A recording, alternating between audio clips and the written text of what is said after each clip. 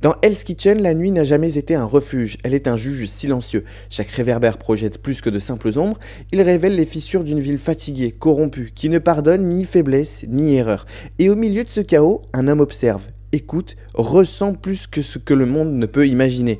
Il s'appelle Matt Murdock, aveugle pour les yeux, mais doté d'une perception qui dépasse l'entendement.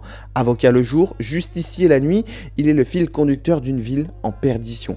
Daredevil n'est pas un héros classique, il n'est pas un sauveur qui agit selon un code immuable, il est un homme qui doute, qui tombe, qui se relève et dont chaque décision pèse sur lui et sur ceux qui l'entourent. Dans un univers où les super-héros volent et explosent, Daredevil marche dans l'ombre. Ses victoires ne sont jamais absolues, ses choix sont toujours lourds de conséquences. Pour comprendre l'importance de Daredevil Born Again saison 2, il faut remonter aux origines de la série. Lorsque Daredevil est apparue, elle n'était pas simplement une production Marvel de plus, elle était une révolution silencieuse. La caméra s'attarde sur les détails, chaque coup semble peser, chaque combat est brut, réel, imparfait. Ce réalisme rendait les affrontements intenses et les dilemmes moraux profonds. Le spectateur n'était pas seulement témoin de l'action, il ressentait la douleur, la fatigue et les conséquences de chaque décision.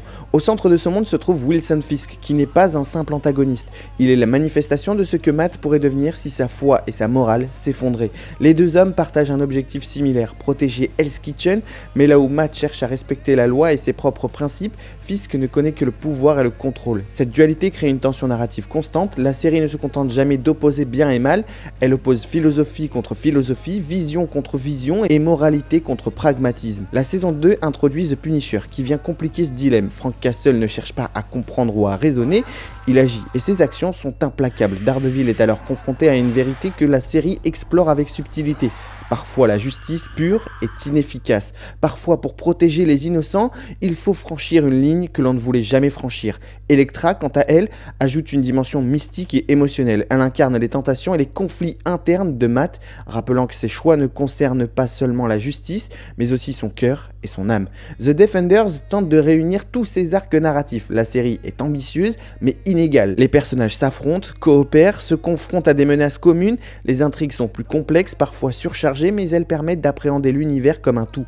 Daredevil n'est plus seulement un homme, il devient un point de convergence entre différents héros et différentes philosophies. La ville elle-même devient un terrain d'expérimentation narratif. Chaque décision de Daredevil ou de ses alliés a un impact tangible sur l'environnement, sur l'intrigue et sur la perception morale du spectateur. La saison 3 ramène la série à son essence. Matt est brisé, ses principes sont testés au-delà de ce qu'il avait imaginé. Fisk est plus dangereux que jamais, Bullseye introduit un niveau de tension supplémentaire, symbolisant la fragilité de l'identité de Daredevil. Le masque et l'homme s'entrechoquent, se confondent et se confrontent. Chaque scène devient une leçon sur le poids de la responsabilité et la limite de la justice. Puis après cet apogée, Daredevil disparaît. Netflix abandonne le projet et Marvel récupère ses droits. Matt Murdock semble laissé dans l'ombre et pourtant Marvel continue d'évoluer. Le personnage fait de nouvelles apparitions dans Spider-Man No Way Home et dans She-Hulk pour Daredevil, dans Echo et Hawkeye pour à la fois Daredevil et à la fois le Caïd. Ces caméos ne sont pas simplement des clins d'œil, ils tentent l'intégration d'un personnage sombre dans un MCU plus lumineux, plus grand public.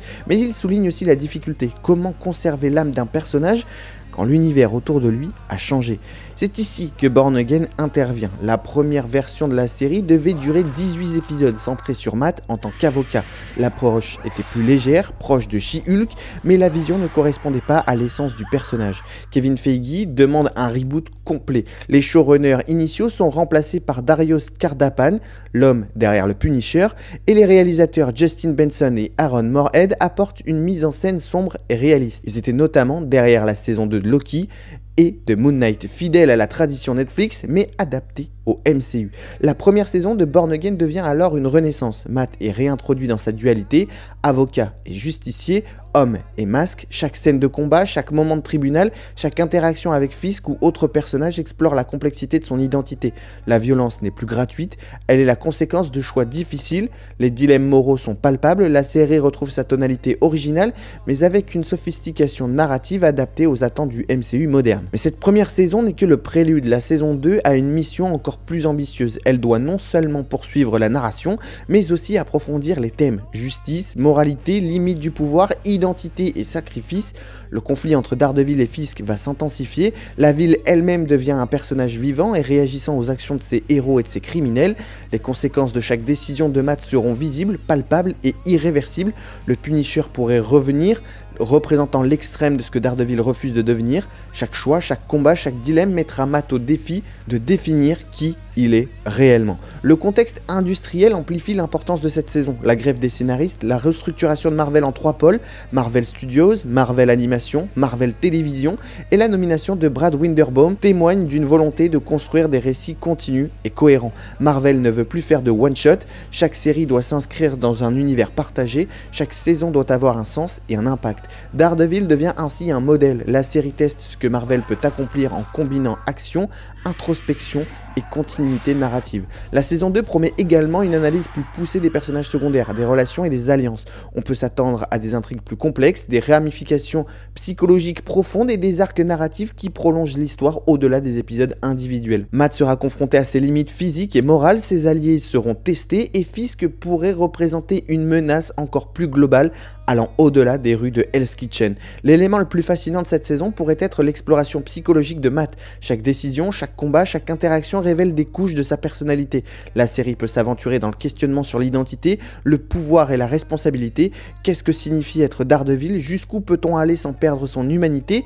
Et quand la ligne est franchie, peut-on encore se retrouver soi-même? Le cadre urbain de Hell's Kitchen devient également plus qu'un décor. Chaque bâtiment, chaque ruelle, chaque lumière participe à l'atmosphère. La ville est vivante, un miroir des conflits internes et externes des personnages. La réalisation met en valeur ce contraste avec des plans contemplatifs, des combats chorégraphiés réalistes et des scènes judiciaires intenses. La narration oscille entre introspection et action, tension morale et violence brute. Au final, Daredevil n'est jamais simplement une histoire de super-héros. C'est une étude de la justice, de la moralité et de l'identité humaine. Chaque combat, chaque défaite, chaque victoire explore ce que signifie être un homme face à un monde imparfait. Et dans Daredevil Born Again saison 2, cette exploration atteint son paroxysme. La série ne cherche pas seulement à divertir, elle cherche à questionner, à faire réfléchir, à montrer que parfois, les héros les plus puissants sont ceux qui résistent, mais qui doutent à chaque pas. Parce que dans Hell's Kitchen, la justice n'est jamais parfaite, elle est imparfaite, violente, complexe, et parfois elle appartient à ceux qui osent marcher dans l'ombre, et c'est exactement là que Daredevil excelle.